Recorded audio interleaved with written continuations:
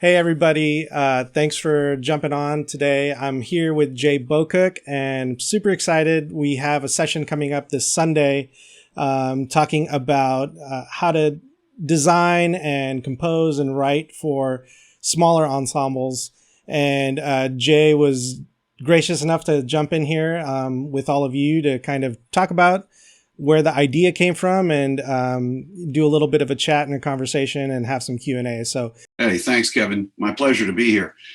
You and I kicked this around because, well, quite frankly, both of us, but in my particular case, I've had several young arranger slash composers be in touch with me over the years with this problem, with this exact problem. How do we deal with unbalanced instrumentation? It's my first writing gig, and it's for a small band. And do you have any tips on what can make that work, and how to be successful, and how to make that even extraordinary at times? And there are some ways that we approach that. And you and I said, "That's what a great idea. We should do one of these things." And I'm excited about it because I get asked that question all the time.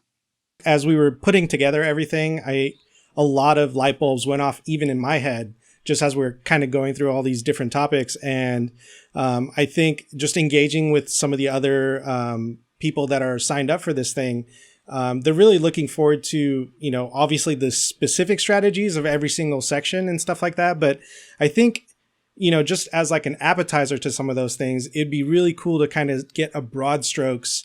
Like, what are some of the like broad considerations that are going to be leading to those specific strategies? Yeah, I think that's a great question. First of all, you can't categorize any unbalanced instrumentation as a way to go, or as there is one solution for this. They're all unique. And one thing we're going to be talking about is just because the instrumentation might be unbalanced in these strange times we're in right now, or the way your class has to meet or whatever, doesn't mean that there's not talent there. And the ability to recognize the strength in your program and use that as to your advantage. I guess my point is, small unbalanced instrumentation doesn't mean it can't be musical, and it can't be just as strong from that perspective. And it can. And we're going to talk about some ways how to recognize the talent and how to utilize that in your writing. The first question I had was, what's something that you know now that you wish you would have learned a lot earlier? Well, yeah, the writing process actually never ends. You're constantly learning, no matter how comfortable you feel when you first start. I think there are two things. One is the vocabulary of the tools you have in your tool belt to choose, whether it's harmony, rhythmic things, especially harmonic substitutions, that kind of thing. And the other thing is to kind of realize what is a standard paradigm in band arranging. What are ranges you can count on? What are technical capabilities you can count on? So when you go outside that box, you realize you're outside that box. When I was a young writer, I wrote whatever I wanted. And sometimes that worked if the band was spectacular. And if they weren't, then I blamed it on the band not being good, not me making sense of what was possible for them, because I didn't understand what that paradigm was as much. I came from a strong band program, so I thought everybody could play everything. And as it turns out, that's not necessarily true, is it?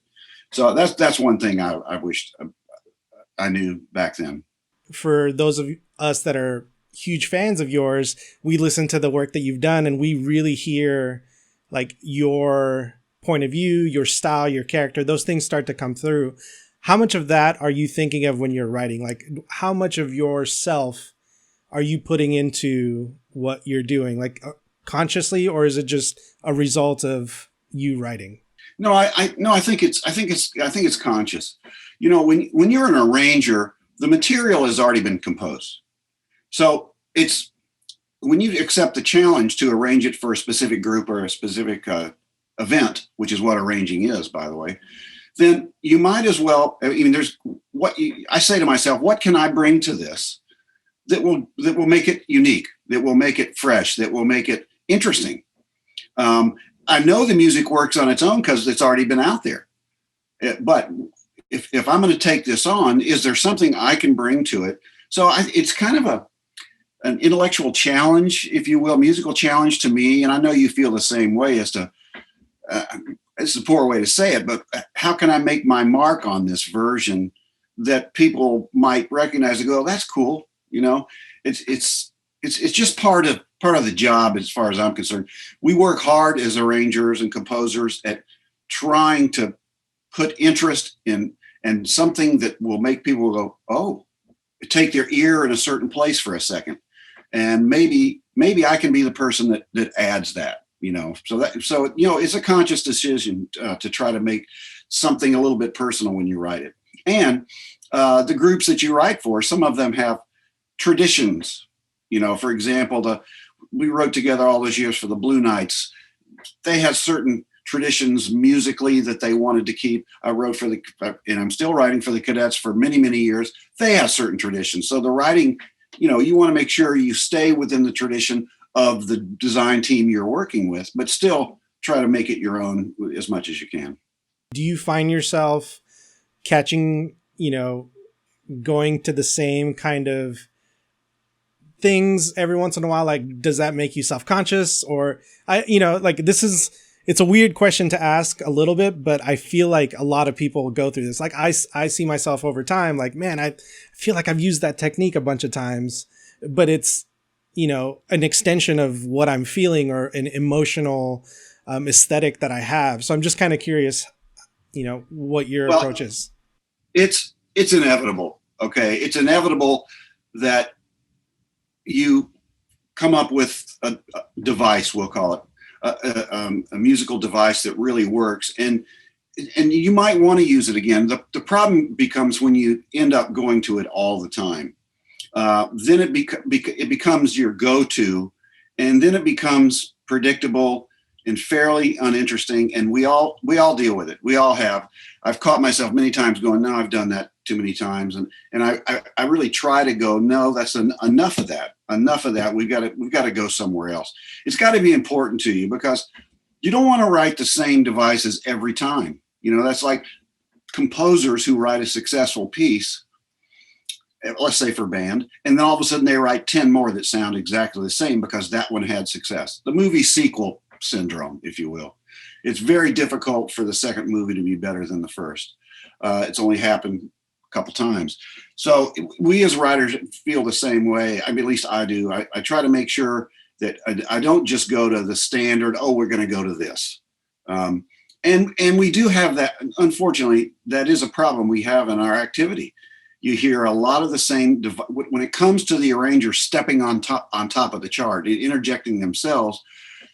You know, when I'm judging, I hear this all the time. I hear too many of those same devices happening all the time. However, I've done all those too, but it really is a conscious thing to me to not say, I'm not going to do that. And, you know, you and I, when we wrote together, would talk about that. When we would come to a cadence, we would go, no, let's not do what most people would do here. I don't know if you remember that. We're not going to name these specific chords, but I remember us several times doing that and trying to come up with a different harmonic language at those points that nobody had used before.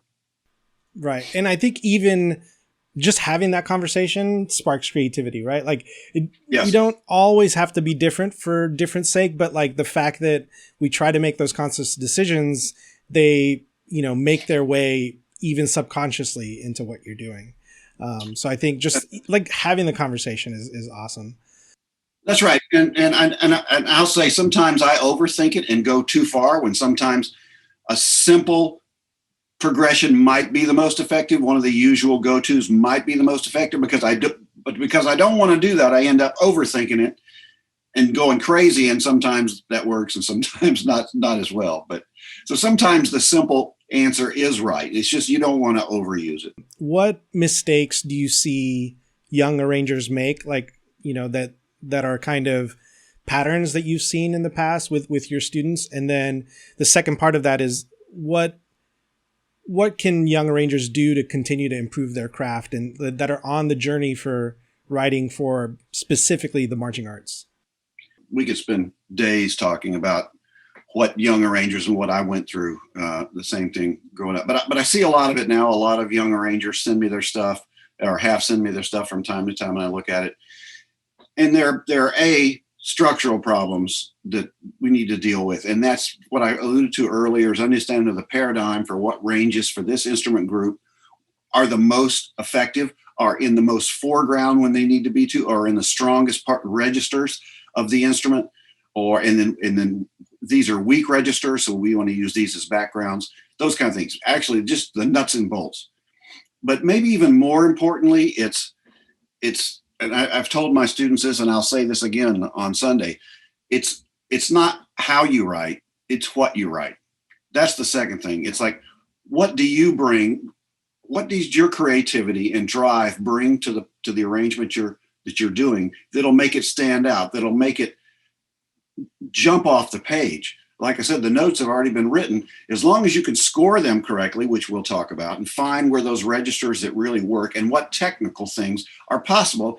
That's the other part of the nuts and bolts. A lot of young arrangers are either A, percussionists, or B, brass players, or C, woodwinds, and they know their area very well, but sometimes don't know the other two as well, and don't know what's really possible and what's really feasible. And if they had a little more information about brass, they might be able to understand that arpeggios at a fast rate are not a good idea in brass, for example. But the second part is like I said, the creativity part is like, it's not how you write it. What notes are you actually writing? If you're doing a transcription of a classical piece, what parts of it are you using? Are you using the very best things that will propel you in a marching show that'll come across on the field the best? Or are you using parts that just seem easy to get through? And that takes some real studying. That takes some real listening, you might want to bounce it off somebody else, all that kind of stuff. You're taking a 12-minute work and reducing it to 2.5 minutes. Are we getting the essence of that 12 minutes in 2.5 minutes? What parts are the parts that are going to make it the essence of that piece? That would be my advice.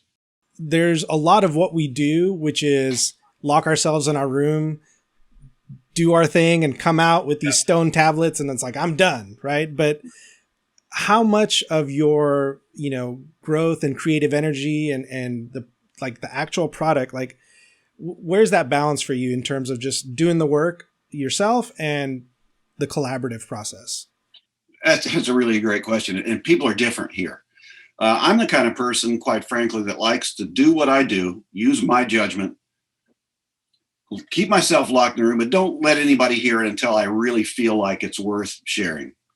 At that point, I share it with whoever and see their reaction. Or if I don't have that opportunity, the group will perform it and I'll be listening to it and I'll go, oh, that I shouldn't have done that. There are other people that rewrite something 50 times. And I understand that. I had very close colleagues in my life who have been like that. And it's like, at some point you got to say, stop, you got to use your best judgment here. We have a deadline. We have a performance. We can't keep rewriting this. Most people would never recognize the minimal changes from time to time that you're making. No chart is ever going to be perfect. So, you balance this out with how much time do I have to do this project? How good are my ears to check it out when I go by? And that's the other thing. The arranger, composer has got to use their ears when they're hearing their stuff go by, and recognizing that. Get back to your question a while ago about young arrangers, what they sent me and what mistakes they make. There'll be wrong chord tones in their charts, and I'll stop and go, yeah, there's no E flat in that chord. And they go, I didn't notice that. Well, you got to train your ears. You got to train your ears to hear. When you hear something play back, you got to be able to hear if there's a wrong tone in there, a red flag should go off immediately. You shouldn't have to have somebody point that out to you. So Victor asks, what are some techniques that you use to build impact moments? And what is your advice on making closers memorable? Now, I'm just going to say some of this stuff we're going to cover in our session. It's a great question. And both of these are very difficult questions to answer. And there's no, okay, just do this and it works. It works every time. but there are some general things. First of all, you have to build the moment. That you have to start with the build of the arrival of that impact, if you will. And it's how do you build the tension? You can do it through pedal point, usually dominant pedal point. You can do it through repetition on top of pedal point. Anyway, you're just building momentum, getting people to hold their breath. And then when the final arrival does happen, has that build, is it commensurate? Has there been enough time to get you to where you're going to get? And when you get to the impact, is it commensurate with what you're going to go forward with, right? Does it need to be a 2-bar, a 4-bar, an 8-bar? How much of an impact do you need? And all that is built around the timing of the other effects that we talked about, the timing of building up to it and the timing of what comes after it. Because those are the easy things. Now, they're trying to write that impact is a whole different thing. Closer's memorable, usually for me, and I think for most of it, you're wrapping up the show. So at some point, now this is not the only thing you think about, but at some point they need to be kind of tugging at your heartstrings a little bit in terms of how what they mean to you. I know at Blue Nights that was very, very important to us. Like we told a story, and we get to the closer, it's when you realize what we've been telling you the whole time. And he's like, oh yeah, it's like a great movie when you finally get it towards the end. Now it's not the only way to do it, but so when you're looking at your material, look for something that really does kind of tug it, like I said, at those heartstrings a little bit and give you a goosebump just thinking about the idea. And then making sure your final payoff, if you will, your final ta-da is worth it.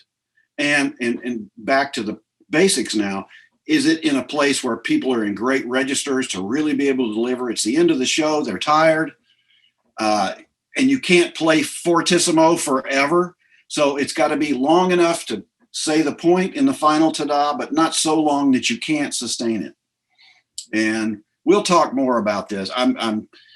We're saying our whole clinic right now. I better shut up. No, this is super cool.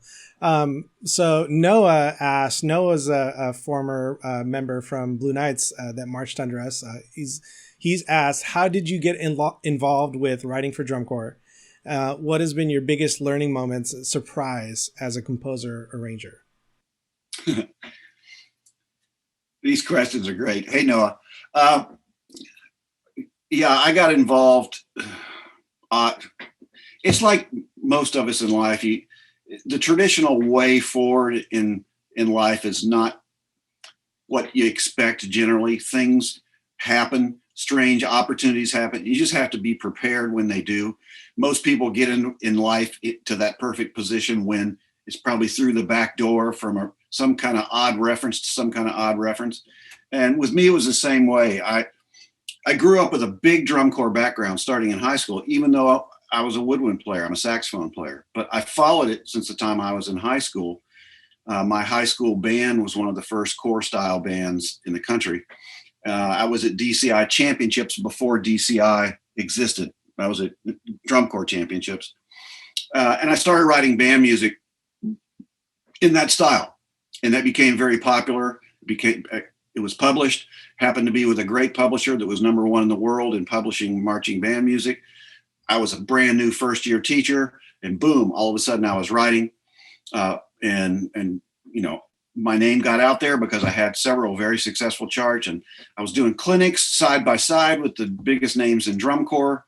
And, one thing leads to another through friendships and whatever that Freddie Martin at Spirit of Atlanta in the 80s asked me if I would come in and write for the corps, and it started there.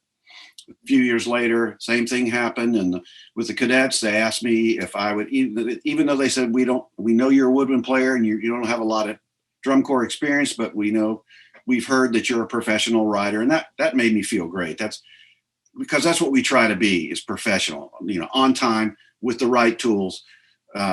And the cadet thing happened, and 23 years later, boom, boom, boom. They were all just little opportunities that happened. What was my biggest moment? I'm like most drum corps fans were before I was involved. I got into the recordings and I knew everything with every show. You name it. What the Blue Stars were doing in 1972, I could tell you. What the Anaheim Kingsmen, I'd analyzed all those charts. I tried to transcribe them. And I thought when I started doing those, and when I started writing, especially for the cadets, that all these devices that you work so hard to make them work, I thought that the judges, and this is no reflection on the judges, believe me, especially I know that now. But at that time, I thought the judges are going to recognize that I put my heart into this moment, and they're going to call it out and go, yes, for you.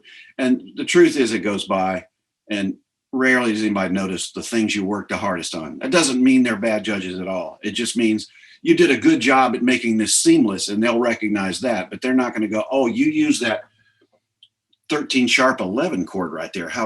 That's the stuff that didn't happen, and it shouldn't. It shouldn't happen. It doesn't stop me from doing it, but that was my big moment. I thought, okay, they're going to recognize this transition I used to get it to this key, because that was hard to do. And no, it's still worth doing. This is an interesting rabbit hole, and I feel like this could be a whole talk for another day.